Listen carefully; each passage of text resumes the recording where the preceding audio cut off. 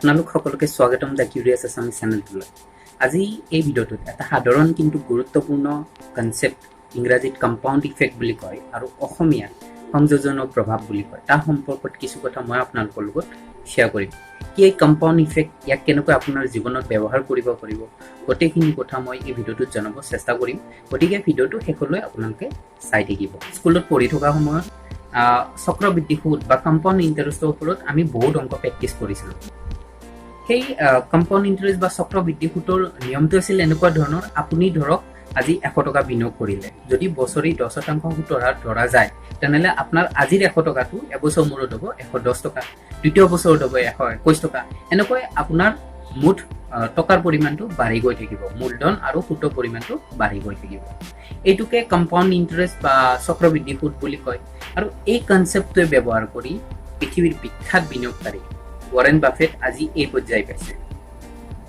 এই compound interest বা চক্ৰবৃদ্ধি সুদটো অকল টকা পইচাৰ ক্ষেত্ৰতে নহয়, আমি আমাৰ দৈনন্দিন জীৱনতো ব্যৱহাৰ কৰিব পাৰোঁ।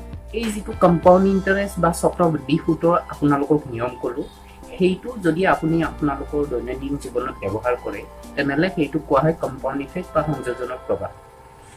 কম্পাউণ্ড ইফেক্ট বা সংযোজনৰ প্ৰভাৱে আমাক সকলোকে প্ৰভাৱিত কৰে, কাৰণ ইয়াৰ মেইন যিটো উৎস, মূল যিটো উৎস বা উপাদান, সেইটো হ'ল সময়। যিমানে বেছি সময় বিনিয়োগ কৰিব, সিমানে ভাল উপাদান পাই থাকিব, ভাল ৰিটাৰ্ণ পাই থাকিব।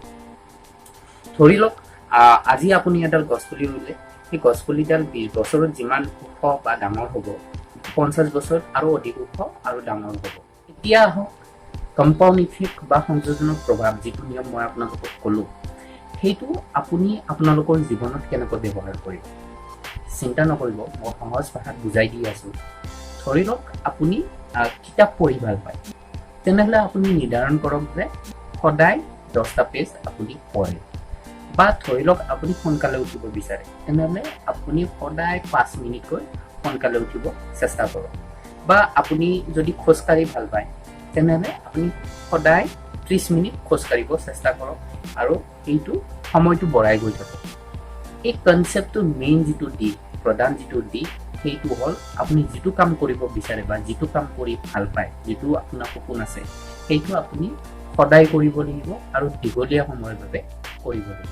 এফ ৱালছনে কৈছিলে যে সেই সৰু সৰু কাম, যিবোৰ কাম কৰিলে আমি জীৱনত সফল হ'ব পাৰোঁ, যিবোৰ কামে আমাৰ স্বাস্থ্য ভালে ৰাখে, যিবোৰ কাম কৰিলে আমাৰ সপোন পূৰ্ণ হয়, সেই সৰু সৰু কাম কোনেও কেতিয়াও নেদেখে, কোনেও কেতিয়াও আমাক প্ৰশংসা নকৰে আৰু আমাৰ মাজতে ভাৱ হয় যে এই কাম কৰিলে আমাৰ একো সলনি নহয়।